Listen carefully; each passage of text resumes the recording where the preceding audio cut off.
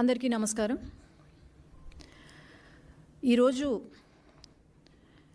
మరి వైసీపీ ఎలాగైతే ప్రవర్తిస్తుందంటే ఎన్నికల ముందు వై నాట్ 175 అంటూ 11 సీట్లకు పరిమితమయ్యి మరి ఈరోజు ఫేక్ ప్రచారాలకు పరిమితం అయిపోయారు. ఎందుకంటే పొద్దున లేచినప్పటి నుంచి రాత్రి పడుకునేంత వరకు సాక్షి న్యూస్లో ఒక ఫేక్ ప్రచారము మొదలవుతుందే తప్ప ఇంకేమీ లేదు.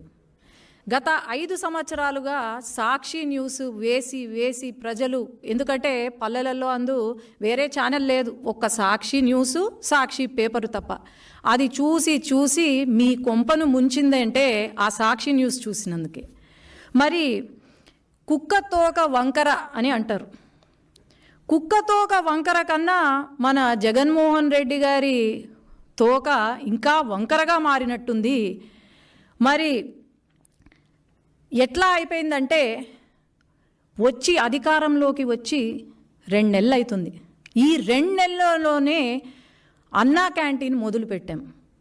పేదవాడికి ఒక అన్నం పెట్టే అన్నా క్యాంటీన్ని కూడా వీళ్ళు కామెంట్లు చేస్తూ, శుభ్రత గురించి కామెంట్లు చేస్తూ, మరి 5 సంవత్సరాల నుండి వీళ్ళు ఏమైనా మంచి చేశారా అంటే లేదు, ఇప్పుడు మంచి చేస్తున్నారు అంటే వీళ్ళు అడ్డుపడుతున్నారు.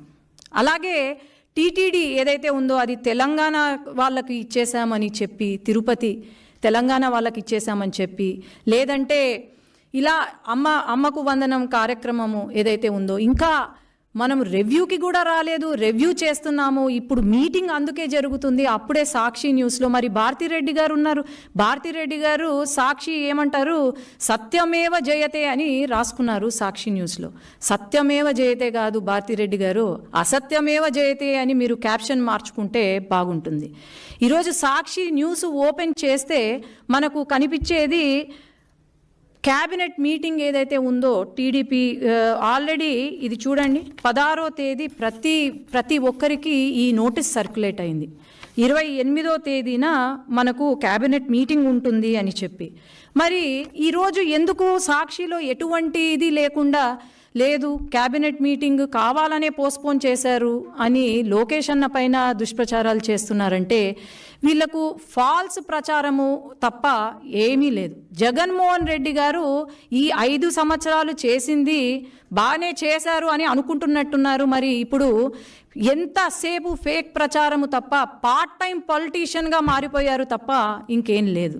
కాబట్టి ప్రతి ఒక్కరికి తెలుసు, ప్రజలకు ప్రతి ఒక్కరికి తెలుసు, ఈ 5 సంవత్సరాల కాలం మీరు ఎలా పాలన చేశారు అనేది తెలుసు. ఈ 5 సంవత్సరాల్లో ఎంతమందికి ఉద్యోగాలు ఇచ్చారు, లేకపోతే ఎంతమందిని ఆదుకున్నారో తెలుసు. కాబట్టి అనవసరంగా దుష్ప్రచారాలు చేసి మళ్ళీ 11 సీట్లకు కూడా కాకుండా పార్టీయే లేకుండా పుట్టగతులు లేకుండా అయితే మీరు చేసుకోవద్దండి అని నా మనవి.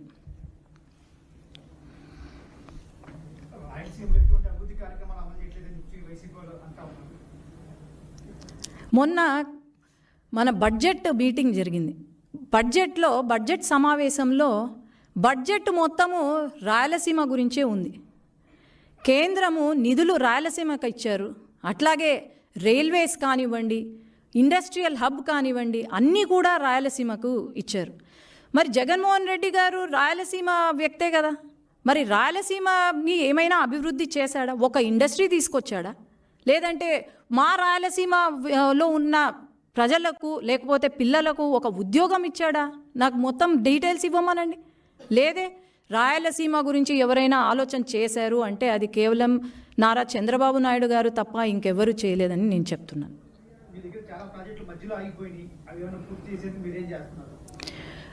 చాలా ప్రాజెక్టులు మధ్యలో ఆగిపోయాయి అంటే అది కేవలం వైసీపీ ప్రభుత్వం వల్లనే, జగన్మోహన్ రెడ్డి గారికి తెలివి లేక ఆగిపోయినాయి తప్ప వేరే లేదు. ఖచ్చితంగా ఈ ప్రాజెక్టులన్నీ తెలుగుదేశం పార్టీ హయాంలో మొదలు పెట్టాము. ఖచ్చితంగా చంద్రబాబు నాయుడు గారు ఢిల్లీకి వచ్చినప్పుడు కూడా ఈ ప్రాజెక్టులు పూర్తి చేయాలి, వెంటనే పూర్తి చేయాలని ఫస్ట్ ప్రిఫరెన్స్ ఇచ్చింది చంద్రబాబు నాయుడు గారి. ఖచ్చితంగా ఈ 5 సంవత్సరాలలో ప్రతి ప్రాజెక్ట్ పూర్తవుతుంది.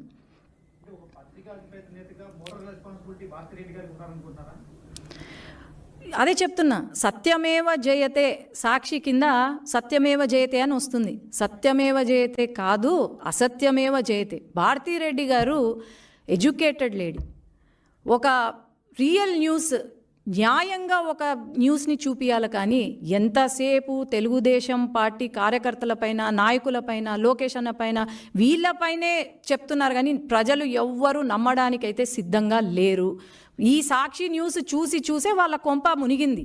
అది వాళ్ళు అర్థం చేసుకోవాలి.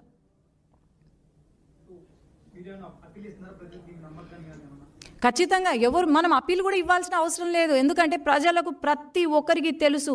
వై నాట్ 175 అని చెప్పి ఈరోజు కేవలం 11 సీట్లకు పరిమితం అయినారు అంటే దాని అర్థం ఏంటి?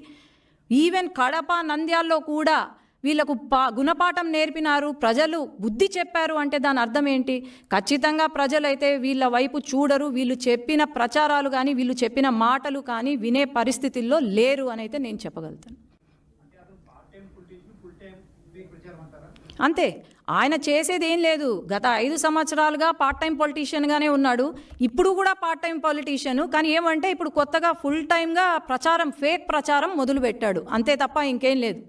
నంద్యాల్లో మొన్న వైసీపీ వాళ్ళు హత్య చేసి మర్డర్లు చేసుకుంటే, లేదు ఇది టీడీపీ వాళ్ళే చేశారని చెప్పి ప్రెస్ మీట్ పెడతారు. ఎప్పుడైనా వచ్చారా? ఈ గత 5 సంవత్సరాల్లో ఆయన ఎప్పుడైనా వచ్చారా? వచ్చి వాళ్ళ కార్యకర్తలను ఆదుకున్నారా? లేదంటే ఎన్ని కేసులు జరిగాయి, ఎన్ని మర్డర్లు జరిగాయి? వాళ్ళ సొంత పార్టీ నాయకులే మర్డర్లు చేసినారు. మరి వాళ్ళనే పక్కన పెట్టుకొని లా అండ్ ఆర్డర్ గురించి మాట్లాడుతుంటే నవ్వుతారు, జనాలు నవ్వుతున్నారు. అది వాళ్ళకి అర్థం కావట్లేదు.